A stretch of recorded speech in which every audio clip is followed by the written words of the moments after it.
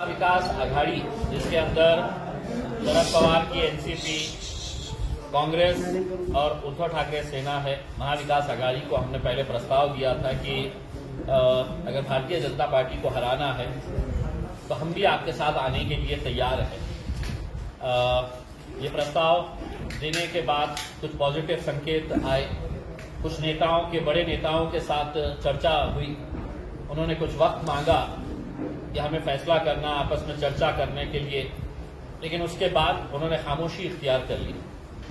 अब उनकी खामोशी का कब तक हम इंतजार करते रहे, तो हमने तय किया है कि 8 तारीख के दिन बैरिस्टर असदुद्दीन अवैसी साहब औरंगाबाद आ रहे हैं और हम उस दिन से हमारे इलेक्शन की प्रक्रिया हम शुरू करने वाले हैं। फॉर्म डिस्ट्रीब्यूशन जो हमने रोक के रखे थे, वो फॉर्म डिस्ट्रीब्यूशन की प्रक्रिया 8 तारीख से हम शुरू कर देंगे।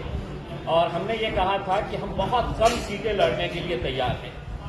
हमारी जितनी ताकत है उस ताकत के हिसाब से हम बहुत कम सीटें लड़ेंगे।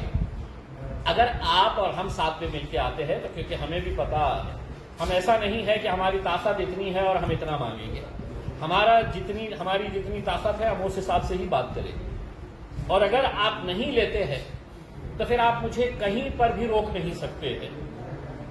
हम कितनी सीटें लड़ाना ये हमारा इख्तियार रहेगा, क्योंकि एक तरीके से आप हमको एक मैसेज दे रहे हैं कि नहीं, हम तुमको इस वजह से नहीं ले रहे हैं कि एमआईएम की कोई ताकत नहीं है, एमआईएम का कोई वजूद नहीं है। तो जब आप यही पैगाम दे रहे हैं तो फिर हम हमारी ताकत है तो पूरी ताकत के साथ हम बताएंगे करके। अभी भी 3-4 दिन का वक्त है।